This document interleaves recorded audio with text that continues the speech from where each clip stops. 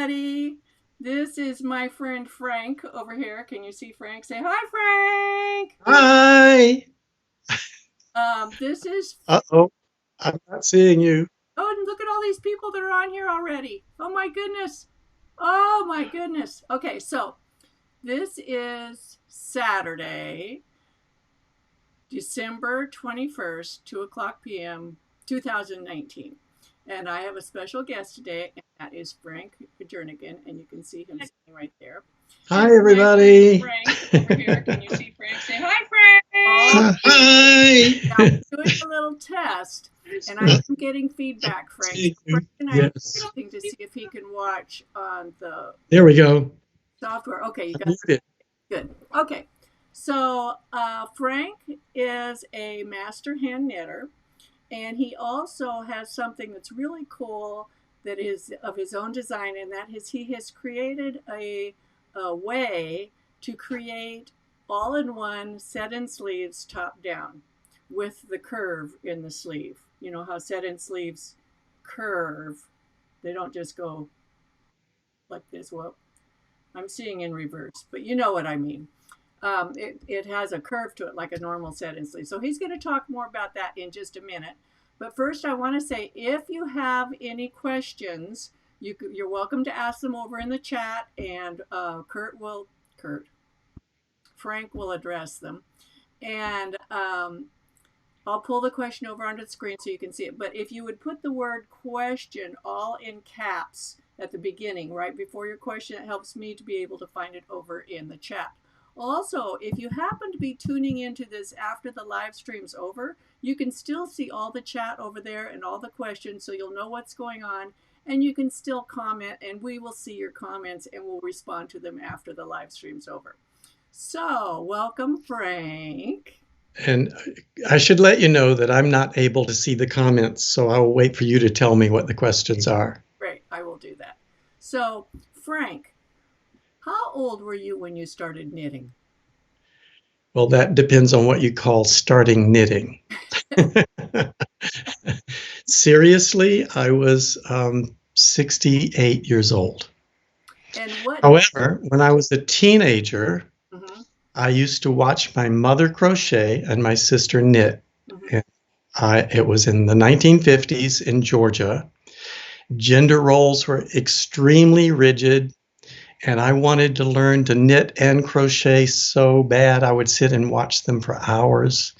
My sister finally taught me to knit in private, so I learned how to cast on, knit, purl, and cast off. So I made a little tiny swatch, and then I realized I couldn't show it to anybody. Oh. So I couldn't make anything. I couldn't do anymore. So I put it aside. I took it up briefly in my 30s and knitted a few mittens and scarves and a couple of sweaters. And then I got really involved in my new career as a software engineer. I went to school for 5 years at night and worked all day, and I just didn't have time to knit. So I put it aside again, and over 30 years later, I picked it up again in my retirement at about the age 68, 60 or so. It stuck. And it stuck. Kind of like stepping on chewing gum. Yes. I'd been retired for a few years at that point, and I thought, and I was trying different things. I did a little photography. I did a lot of travel.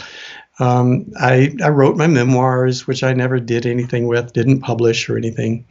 And then finally one day I thought, I would like to knit a sweater for my husband. I remember knitting. I think I'll take that up again. And so I did. I knitted him 2 sweaters, and he just loved them. And then I started knitting scarves, and then one day, a friend of mine that I met online, I joined some men's knitting groups on Facebook. A friend of mine who's online right now, by the way, Scott Tignor. Hello, Scott. Hi, Scott. Nice to see you. He said, I just signed up for this program called the Master Hand Knitting Program. And I said, tell me how. What's it like? And we chatted a little bit, and I rushed over to tkga.org, signed up, downloaded the directions, and started immediately. I was hooked. I could not do those swatches fast enough and get through the program fast enough. And I worked on it every day for 2 years, except I took off 6 months in the middle. And then after 2 years, I received the master's certificate in August of 2017, 2.5 years ago. Now, when did you and I first meet? Were you finished, or was it before you were finished? I was finished. Okay. I was finished. I believe the first time we met was that when I went to Stitches West the time after that. Right. But I knew you. I had seen many of your videos, and I had already learned a lot from you. And when I met you, I felt like I was just meeting a celebrity, and I was starstruck. That's so funny. It's like one time I was at Stitches West, and I was sitting down in that lobby area that they have, and somebody said, there's a lady up there upstairs that wants to meet you, but she's afraid to come down and meet you. And she was standing up and watching, and I was like, come down here. I'm a regular person. I'm a knitter just like you. Oh.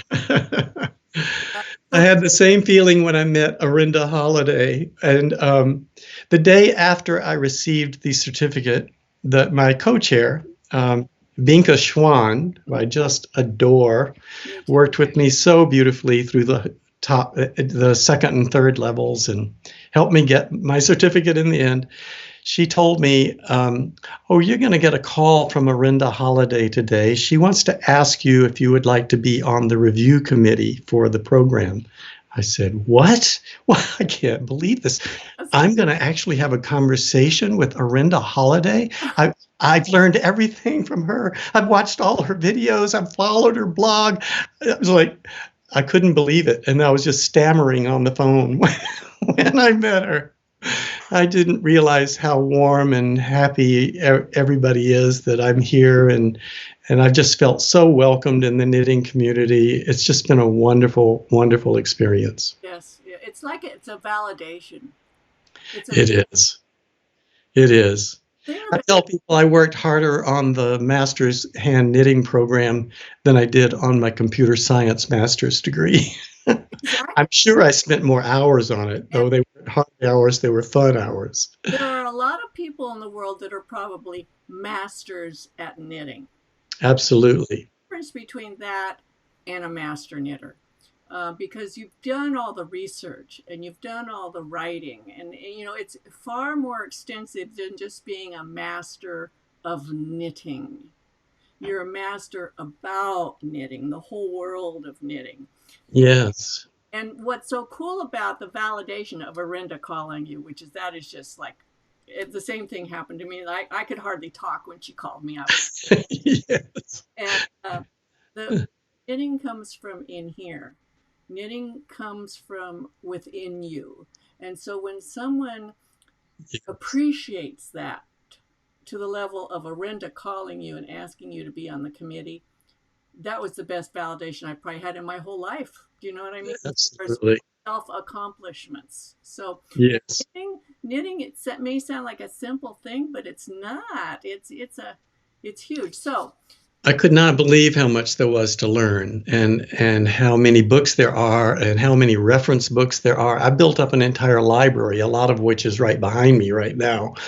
And it's so wonderful. I get to refer to all of these books now, and there's just so much to know. And it's not that once you have the certificate, you now know everything about knitting. Now you know how to learn more about knitting. Right. And it's the beginning of the journey. And that's right. Part of your journey is being on the Master Hand Knitting Committee and reviewing other people's work. Because then not only do you have to learn more about knitting, but you have to learn how to communicate nicely. Yes. Yes. And that's really where I learned that you cannot say anything negative about someone's knitting. You have to find some way to help them without denigrating them. Oh, absolutely. It's so important that each person know that we're really trying to encourage them along the path, not criticize what they've done. Exactly. You want to help them do it better. So now once you became a master knitter, then what happened?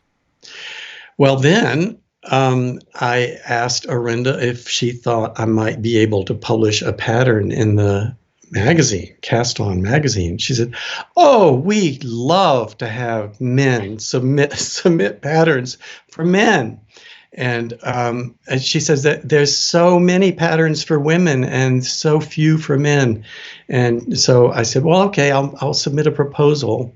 And I did. And I submitted my first proposal for the spring issue of 2018. And I have had one, and in one case, 2 patterns published in every issue since then through the winter issue that just came out. And I'm working on a sweater for the spring issue now. So that will be my 10th sweater being published. I've also written 2 articles that have been published in the magazine. This has changed my life. I thought I was retired and ready to just sort of drift off into the sunset. And now I no longer think of myself as retired. I think of myself as having started a new career as a knitwear designer. Mm-hmm. And I have combined that with my software designing skills, which I had after 28 years of developing software. And I've created the program online, the website franco.com. Yes, and that's right there below Frank's picture. You can see it says franco.com. And just give me just a second, Frank. I need to figure out how to turn up the microphone on my end, okay? Okay. Are saying that you're good, but I am not very loud. So maybe it'd help if I put this over in front of me. We'll see if that works. I had the microphone way over to the side. Okay, so maybe that's better. So let's see. Rona, you're the one that mentioned that I wasn't very loud. You actually got dimmer when you did that. To me. Oh, okay, so now I don't know. Question. We'll stop mid-story here. There is a question from Serena, and so let's see what that is. She says, question, 3-year knitter here. It feels like no one is interested in what I produce. Family, friends. It is discouraging. What are your thoughts on this? You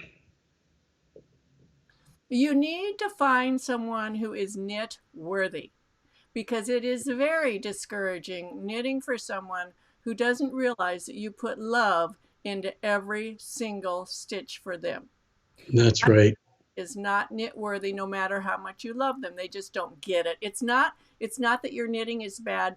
They don't understand and they don't get it. So you will find someone who's interested. For example, something happened to me yesterday that was kind of a tearjerker. My very, very, very best friend from when I was a little itty bitty kid, we go to lunch every week. And our mothers were friends, our grandmothers were friends. So we have a long history together. And I have knit socks for her and stuff in the past. But we went to lunch yesterday. And I was wearing a different scarf than this one. And she really liked it. And I took it off and gave it to her. And she started crying. My goodness. She's knit worthy. That's a yes person. So she understands what it means. Yes, Serena, you will find those knit worthy people. In the meantime, knit for yourself. It's okay to knit for yourself. Okay, so Frank, let's go back to your story. So once you publish, do you have any of those sweaters that you can share with us? Certainly, I do. Let's see. First of all, the one I'm wearing. Mm-hmm. If I stand up, you might see it better. Yeah, let me zoom you back a little bit. I can zoom. Hold on. Let me get you, and I'll zoom you back. Oh, no, it doesn't make you. Okay. Yeah, if I step back. I like that. And that's the construction that you make of the set-in sleeves all in one, right? Can you show us? That's right. A little detail on one of the shoulders. All but the very first sweater I published uses my technique for set-in sleeves, which I'll be happy to describe. This particular sweater is exactly the pattern you can generate at Franco.com, all I did was change the color of the yarn appropriately to make the gradation effect. And so at Franco.com, you can enter your measurements. You can enter the measurements for your gauge, and then a pattern gets generated that's either crew neck pattern or a saddle shoulder pattern. And it will be custom fit to you. You choose what fit you want, whether you want a standard, loose, tight, whatever you want, and it adjusts it appropriately for your size. And so you can generate a pattern there. And this is an example of the crew neck sweater. And this one is another one I published. That's an example of the saddle shoulder sweater. Can you see that? Yeah. Show the shoulder. Isn't that gorgeous? Here's the shoulder. Can you see that? Yes. So you can see how the saddle comes down, and then the sleeve cap comes down off of it. And the sleeve cap's actually rounded like a regular set-in sleeve. Yes, it's beautiful. That's right.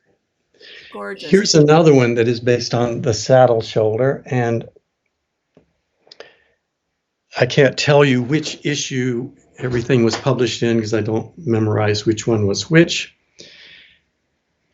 But this was also published in Cast On magazine. I call it the Book of Kells sweater because the design on the front is designed after something in the Book of Kells, which we saw when we visited Dublin. Mm-hmm. And then this is also a saddle shoulder sweater that has a cable that starts at the neck, goes across the shoulder, and then all the way down the sleeve. Very cool. So you can see. Yeah. That's beautiful. Here's the back of the sweater. It's just another cable down the back that I liked, that I thought fit in with the design. Mm-hmm. That's beautiful. And these are all, you could generate these. Now, these are not patterns that you have on your Franco.com. No, the pattern is just plain at Franco.com. You modify it. Yes. And so how I design sweaters for publication is I start with a pattern from Franco.com, mm-hmm. and then I enhance it. Mm-hmm. I add color, or I add cables, or I do whatever I do to make it different. And the one that I'm currently working on is a Henley collar, which you don't get at Franco.com, but I started with the crew neck version and modified it to produce the Henley collar. I'm thinking of actually my next enhancement to the website would be to make it to describe how to do a Henley collar. So you'll have three choices: either crew neck, saddle shoulder, or a Henley collar. And then you could do a cardigan. Yes. So you're getting lots of comments over here about how beautiful the sweaters are. A lot of people are really very, very impressed by the beauty of your sweaters. So now tell us how you decided to do the Franco.com thing. Oh, hold on. Kurt Payne has a question here. Kurt is from New Zealand. I don't know if you know Kurt. He says, Frank, what size are your patterns in Cast On magazine? I'm sorry, what? In Cast On magazine, what size are your patterns? They're usually medium, large, extra large, and 2XL. And is that from men's sizes or women's? Those are men's sizes, usually based on the standard naming by the, what is it? The Ann Budd? Is it like? Well, it's Ann Budd and the the council. That's right. Craft Yarn Council. That's right. Okay. It's basically the Craft Yarn Council's measurements. Okay. Sometimes, if the pattern requires some variations on that, like I can only do it for certain widths, it might vary from that. But at Franco.com, you can generate a pattern of any size that is a normal human size, I think. Mm-hmm. And I don't know what normal is. I've done it all the way from baby to extra, extra, extra large. So how do you start out? So if a person wanted to make a pattern on franco.com, how would they start? What would they need to do first? They go to franco.com and they create they join the website, register, and it's very simple, just a name, password, and email address, and you're in. And it's free. That's free. And it's free to get in. You only pay when you decide to download a pattern. And so you can play with patterns and generate schematics until you've got the exact size you want to make. You put in the measurements of the person you're knitting for, whether it's for yourself or somebody else.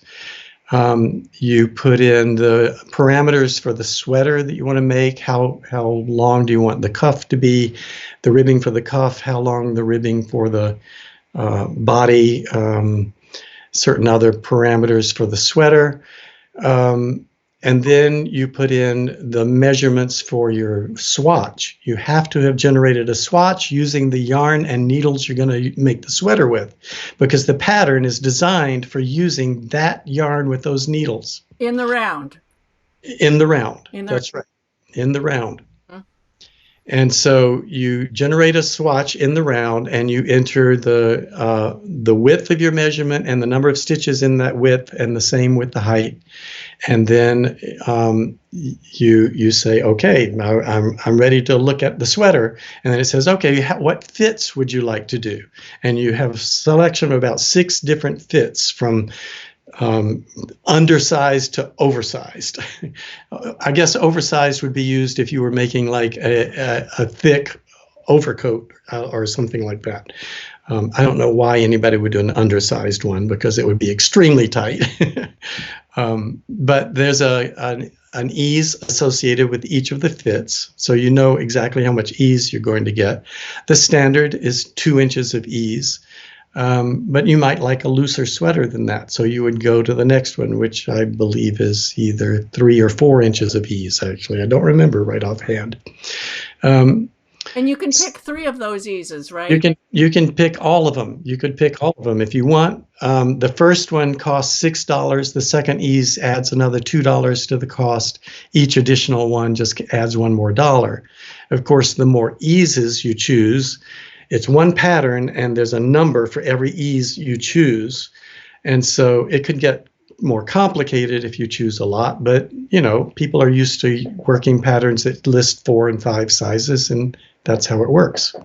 And then it just spits out the pattern for you. Then you just say, okay, here's my credit card. I'll pay the $6, and here's your pattern. And that pattern is available on the website from then on. Yes. You can print it and carry it around with you, or you can come back later and download it and view it again, and you can work with it right online if you want to. So we have a few more questions here. This is from Emily Beaton. She says, Frank, how does your method differ from Ann Budd's handy book of top-down sweaters? That's a great question. It's very interesting. I started with Ann Budd's book. Oh, you're talking about the top-down sweaters. Yes. That's a different story. So let me tell you about Franco's seamless set-in sleeves. How about that? Yes. Okay. First, I'm going to show you a few diagrams. Can you see that? Yes. That is the schematic for a typical set-in sleeve sweater knitted flat. The sleeves are knitted separately, and they are seamed into, and the front and back are usually knitted separately. It's all knitted flat, back and forth, back and forth. And then you seam up the sides of the sweater, and then you seam the sleeve into the hole that is made. Oh, and the shoulders. So then you seam the sleeve into the hole. That particular seam is considered one of the most difficult seams in knitting, I believe. People are so frustrated trying to get it right. One side will be bunched up, the other side is stretched out. And a lot of people won't try this kind of sweater because of that seam in particular. So an alternate version of that has been generated, and I believe this is what Ann Budd does in her Sweaters from the Top Down book. and others online who suggest a seamless set-in sleeve, and that looks like this. You can knit the body in the round, but the top is still knitted back and forth and completed, and then the shoulders are knitted together. So now you've got the same thing as if you had knitted the front and back of a flat sweater, with the holes in the side. You then pick up stitches around the hole. You do short rows back and forth, which are also worked flat because you're working short rows, and so they're back and forth. And then from there down, you can knit in the round. I love having a way of doing a top. You can do this top down or bottom up, I believe. Yes. And I love having a way to do a seamless set-in sleeve. I thought that was a great idea. And my very first sweater that I published was done that way. However, I like to do patterns that are difficult to knit flat. In particular, I love to do alpine stitches, and they do crossovers on every single row usually instead of just every other row like Aran cables. I like to do Fair Isle, which I find very difficult to do on the wrong side and get the tension right. So I really wanted to find a way to do set-in sleeves in the round as much as absolutely possible. And so that resulted in this. And this is what you get. This is how a sweater is made that is generated at franco.com patterns, or any of the patterns I've published since the very first one. And what happens is you start at the top and you have just a little bit of flat knitting back and forth on the sides of the neck. The back is closed as usual, and you knit across it, and the front is extended a little farther, and then finally you knit across the front. I can hardly see where I'm pointing, but I think I got it. You're doing good. You knit across the front, and then you pick up stitches across the top and knit across the back and pick up stitches across the top of that, and then you continue in the round from that point on. Now, this is a technique that is actually described in Knitting from the Top by Barbara Walker. And in a class I took from J.C. Breyer about knitting crew neck sweaters, I told her that I wanted to do set-in sleeves, but she had talked about the wrong shape of a sleeve cap, which Barbara Walker's would do. It would just be a straight seam from the top to the corner. Like a witch's hat. Like a witch's hat, that's right. Flat across the top, straight down the sides, and flat across the bottom. I wanted something more shaped. In fact, I wanted something that would be shaped more like this.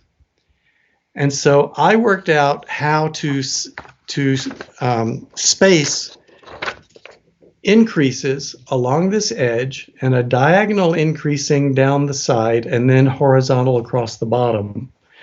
And the website has an algorithm for figuring out exactly how many increases to do at the top of that curve, in the middle of the curve, at the bottom of the curve, and then at the diagonal recess.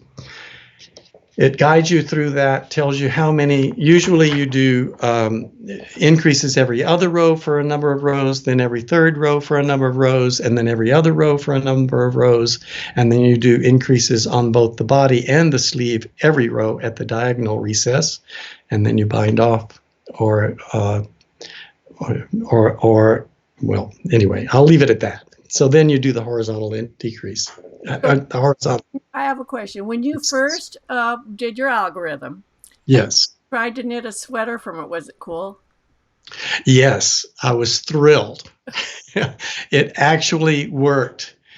It was an early version of it, and things had to be modified a bit. It wasn't perfect, but it was good enough, and it published. And I believe that was this sweater.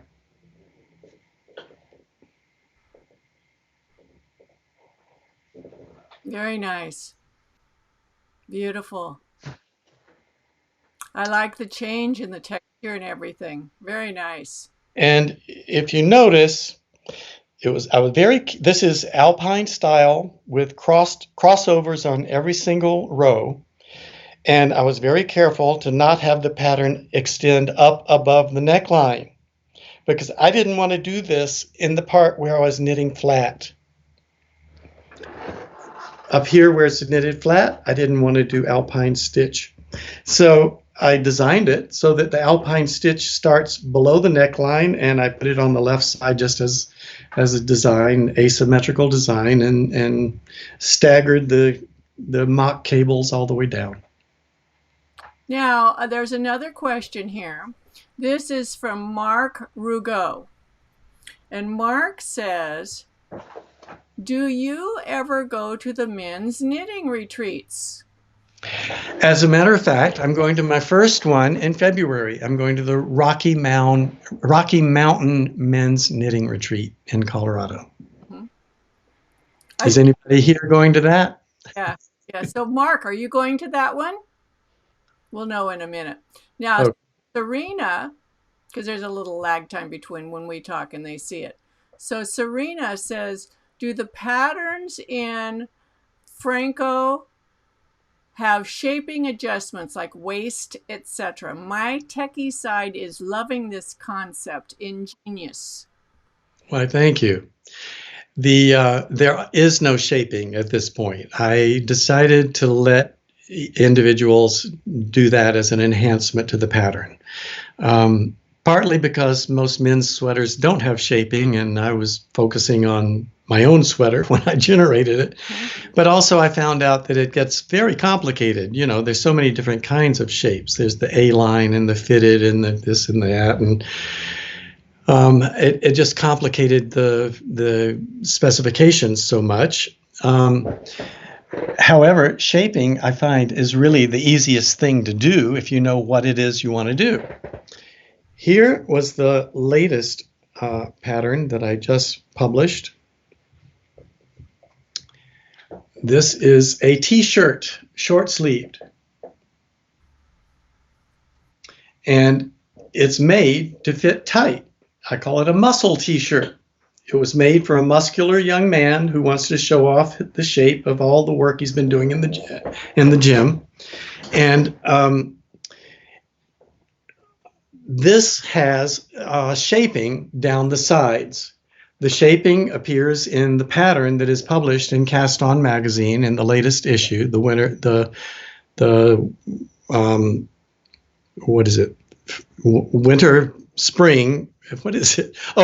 issue 2019-2020. I can't even remember what they call them.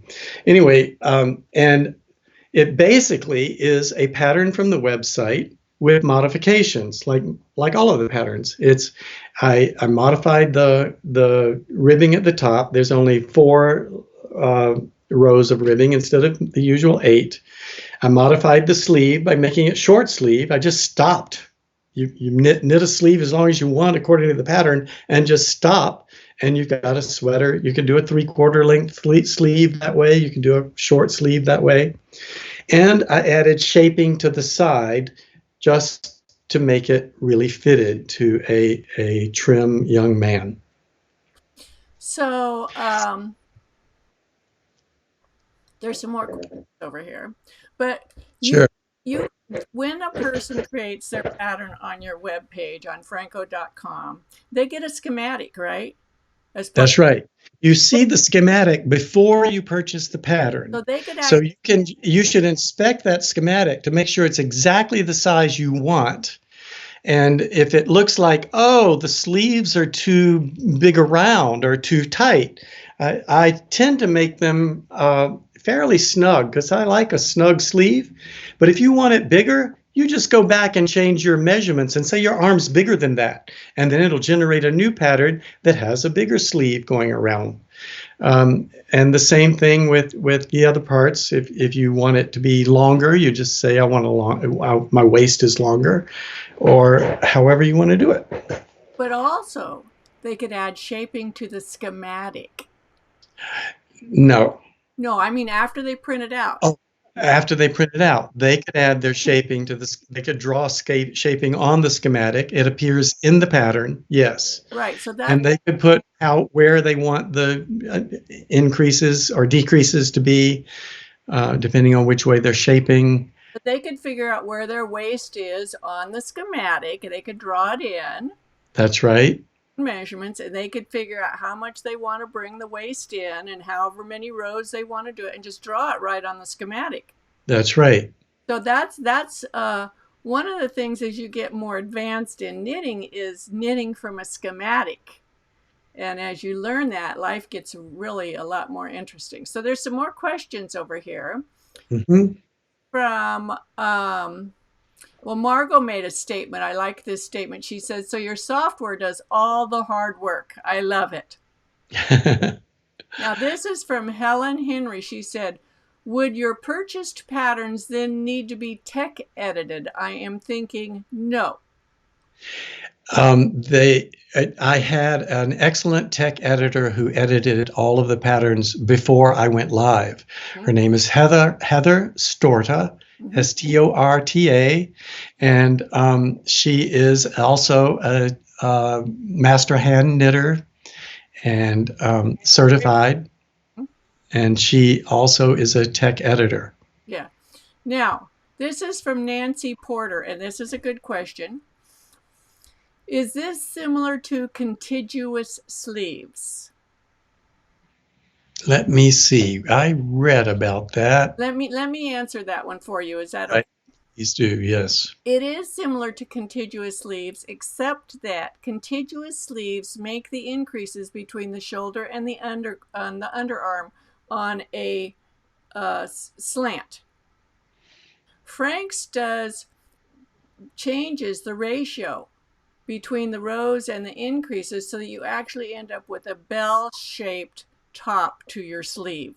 That's right. That's actually what I considered my enhancement to what was already being done by everybody else. Exactly. So the well, not everybody else, but by people who followed Barbara Walker's suggestion in knitting from the top, which actually was just a page and a half or less in her book, just sort of throwing out an idea. I believe Elizabeth Zimmerman also published a pattern using that technique, but I haven't managed to find that pattern yet. Yeah, so this is from Fatima Han. She says, Frank, the final result of the sweater works the same, gorgeous, with fine, light, or medium yarn? Yes, I have not tried sweaters in all the different gauges that you can generate, but it should work as long as your gauge is normal. And by that, I mean your stitches, your row gauge should be higher than your stitch gauge. I did have someone who actually, and he discovered that he had entered his gauge incorrectly, but he wrote me and he said, the pattern is all messed up. And I said, well, what's your gauge? And he said, it was 20 stitches and 21 rows. I said, I've never heard of a gauge where the row gauge for 4 inches is so close to the stitch gauge. And yes, my pattern would not work for that. Mm-hmm. He then went back and redid his swatch and measured again and found out it was 20 to 27 or so. And then he got a pattern that he could use. So just make sure that it's a fairly normal pattern. If it's a fine yarn and there are more stitches and rows than that, it should work. Right. If you find a gauge that doesn't work, because I haven't tried every possible gauge that you can generate, please write me an email or post it in the forum that's associated with the website. I'd like to know.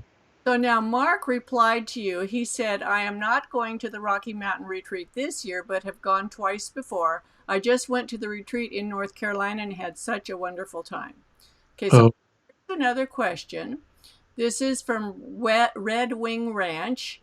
What sizes are available for the pattern? Would it work to make a pattern for a 9-year-old child? Yes, it would. I've generated a baby's pattern at the website. You can do it as small as you want. Oh, well, I don't think doll patterns would work, but but any human size would probably work. And Margot Shen had a similar question. She said, "Can your pattern maker generate baby sweaters?" And the answer is yes. Yes. And Heather Storta is on here watching, and she gave you a big smiley face. Oh, good. Hi, Heather. Hello. So that's all the questions I have so far. Now, let's talk about your significant other, Andrew. Yes. What's going on with Andrew? Andrew is a physician, and he has not practiced in about 20 years because he became disabled with HIV in the early 90s, had to quit practicing. He has just published his memoir, and this is it here. And I asked Suzanne if it'd be okay to promote this because it just became available on YouTube, on Amazon. And I believe the link to it is going to be down below in YouTube. Yes. It's called My Epidemic, an AIDS Memoir of One Man's Struggle as Doctor, Patient, and Survivor. It's a book of anecdotes primarily. It tells amazing stories of things that he experienced as a doctor in the early AIDS epidemic. He was treating people who were dying, and he had the experience of treating over 50 patients who passed away from the epidemic, all the while knowing that he had the same disease and he could be that himself in a week. So it was an incredibly courageous thing for him to keep practicing. He felt absolutely committed to helping his brothers, as he puts it, or my guys, he calls them. And I believe today he only knows of 2 of his patients who still are alive. He was incredibly lucky to have survived until the protease inhibitors came along in 1995. He was preparing to die. He had acquired encephalopathy, which affected his memory, and he was unable to practice because he found that he could not remember a patient a week later after he had met him and what his symptoms were, and he realized at that point that he couldn't continue practicing. So he tells all about that and all about the stories of patients and some about their families and some about his friends, and it's just an incredible picture into what life in the epidemic was like at its peak in the late 80s and early 90s. I usually tear up when I'm talking about it. I'm sorry. Well, a lot of us lived through that time. A lot of us have been in the medical field. I was in the medical field during that period too, and it was just not a fun time. No. But thank God so many people have survived and are able to carry on fairly normal lives, thank goodness, and more of a chronic disease like diabetes or hypertension now, rather than a deadly disease, although I'm sure people still die from it. But people die from hypertension and diabetes too. And it still has a stigma, but that's why I wanted to put this on here, is to fight the stigma. Absolutely. Not like it used to be. The stigma. He has survived. We have been married, or actually we've been together since 2013. I am HIV negative. Mm-hmm. It's not a danger to be together. Right. It's completely under control now. Yeah. He has recovered a great deal. He still has a little bit of mental disability that you wouldn't notice to spend time with him. But I notice as his husband. So it's probably kind of cathartic to write that book. It was extremely cathartic, yes. He was afraid to write about it for decades until finally he realized, because he said he didn't have answers for people. Mm-hmm. And he felt if he didn't have answers, he couldn't write a book. Yeah. And he finally realized that there's value in just sharing his experience and how he got through it. Mm-hmm. what it was like, and that people can learn from that and appreciate what happened in those years. Mm-hmm. It's a historical thing. So anyway, let's go back to knitting. Okay. So I don't know if anybody else has any more questions. If you do, we'll give you a few minutes to post them on here. But if you go to franco.com, which is right here, let me put it over under Frank, you can learn about his website. Now, you also, down below this video in the description is a link to that website, a link to Andrew's book on Amazon, where you can find Franco on Facebook and Ravelry. You can see his work on Ravelry. And if you are a TKGA member, TKGA is the Knitting Guild Association. I'll put a link to that too. I don't think I have already, but I will. You'll get issues of Cast On magazine, and that's where Frank's patterns are, and the articles that he's written. You said you've written 2 articles. What were the topics of your articles? One of them was on Franco's seamless set-in sleeves, and I presented an early version of the algorithm that isn't quite as general as the one on the website, but worked for most typical DK and worsted weight patterns. And I provided a link to a spreadsheet in that article where a person could enter their measurements and the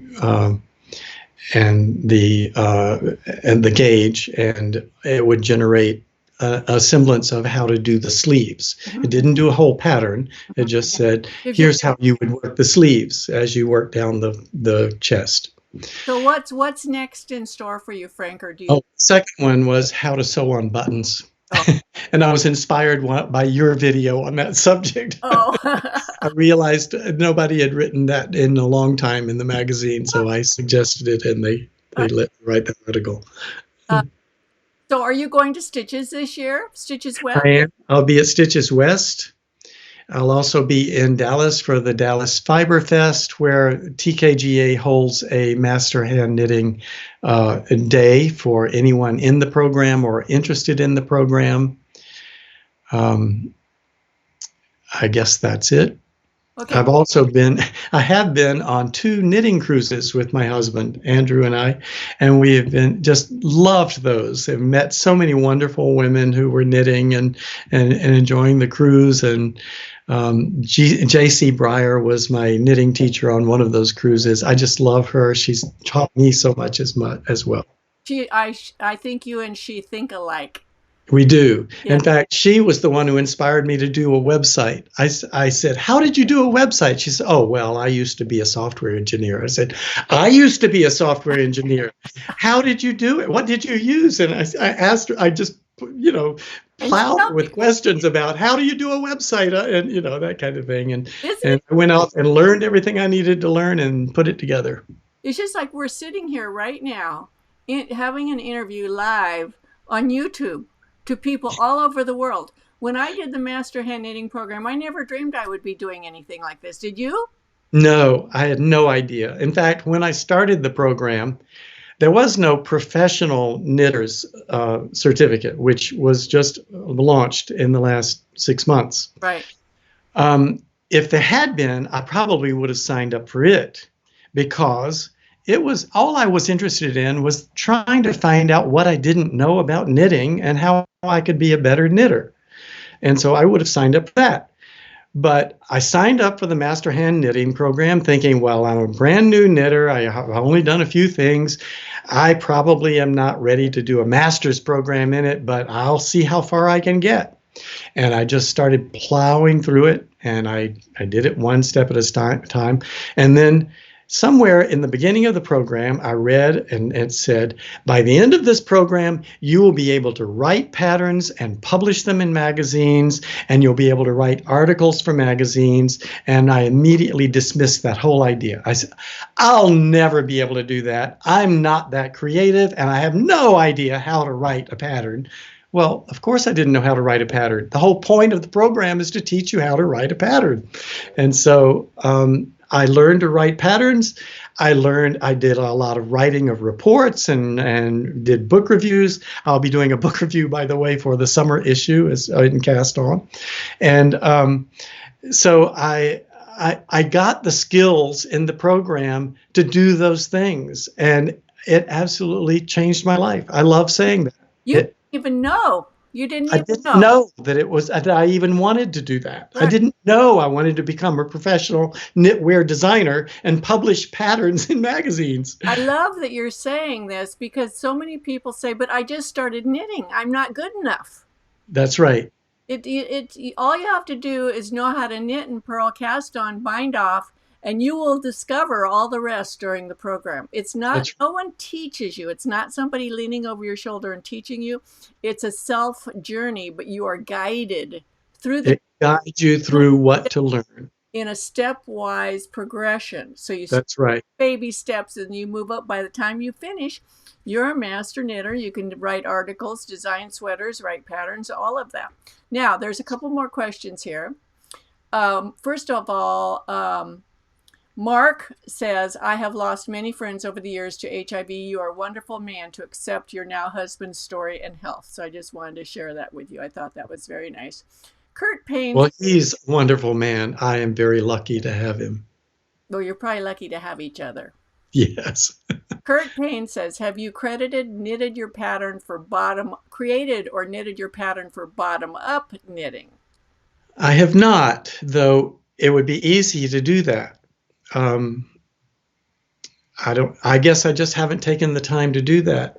Maybe that was. If you do one from the top down, you'll probably be able to figure out how to do it from the bottom up because you'll just reverse the order of the increases. Yeah. Well, you do increases instead of decreases and decreases instead of increases. That's right. Absolutely. Okay. That's right.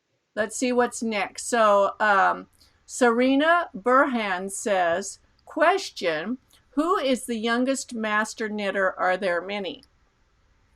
Oh, I have no idea. I don't have an answer for that, but I do know that there is at least one very young master knitter on the Master Hand Knitting Committee, and that's Mary Beth Jacobs.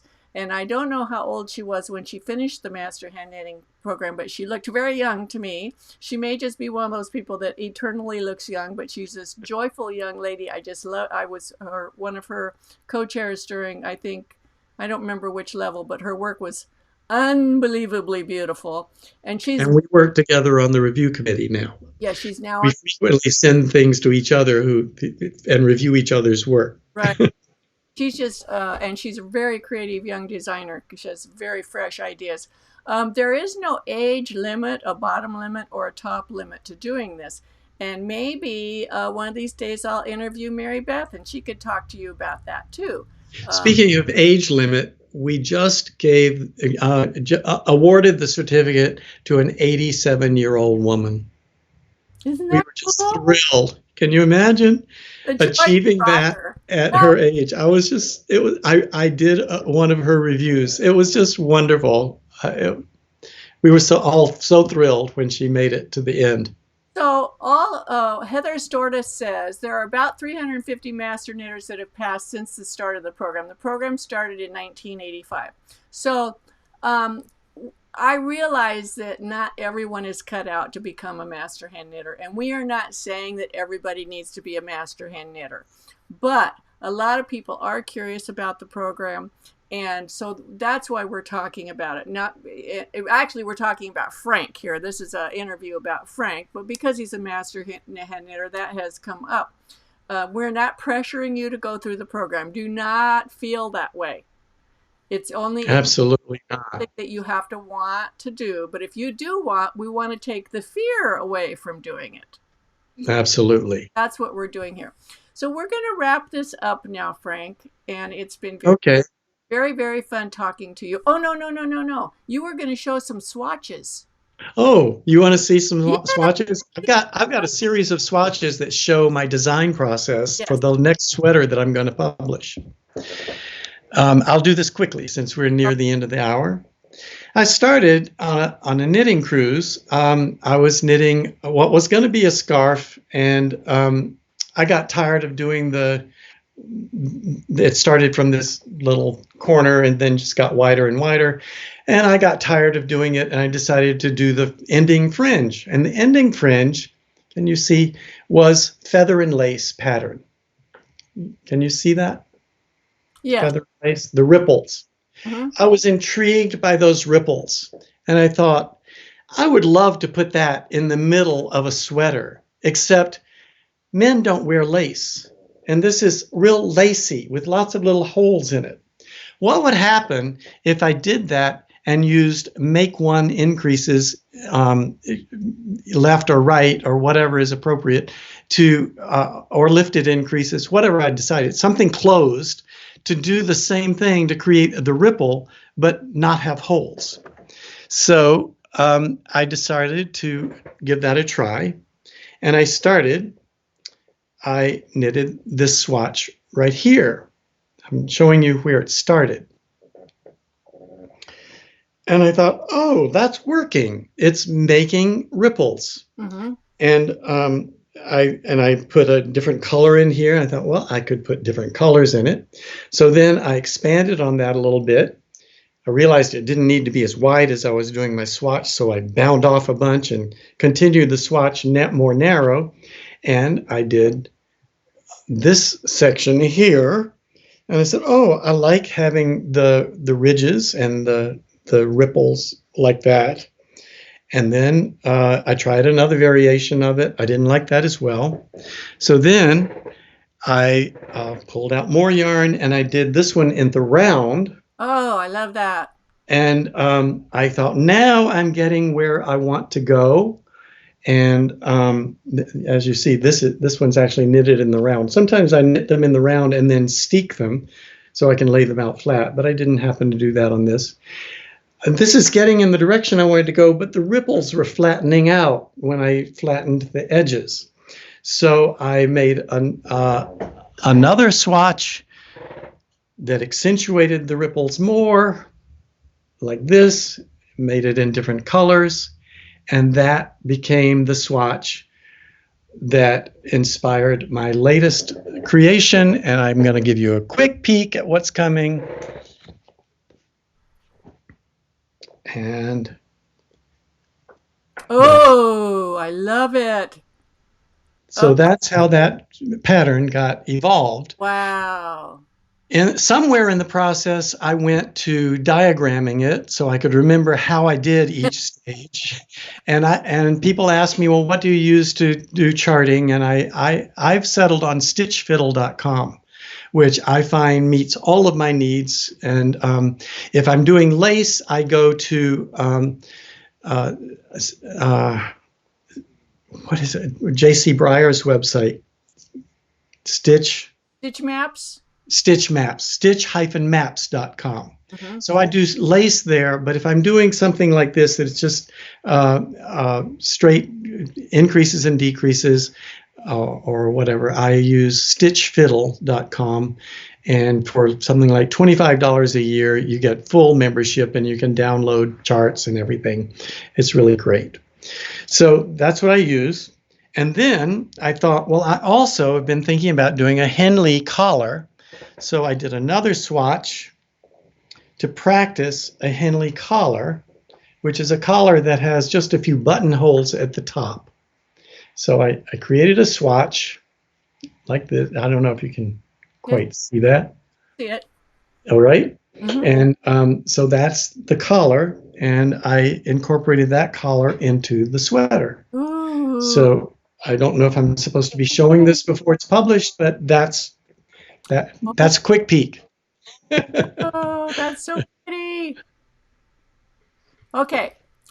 Not quite done with it. It has to get done by early January, and then it will be published. Now, Mark says, what is your email? I can't find it on your site. We're not going to give your email out here.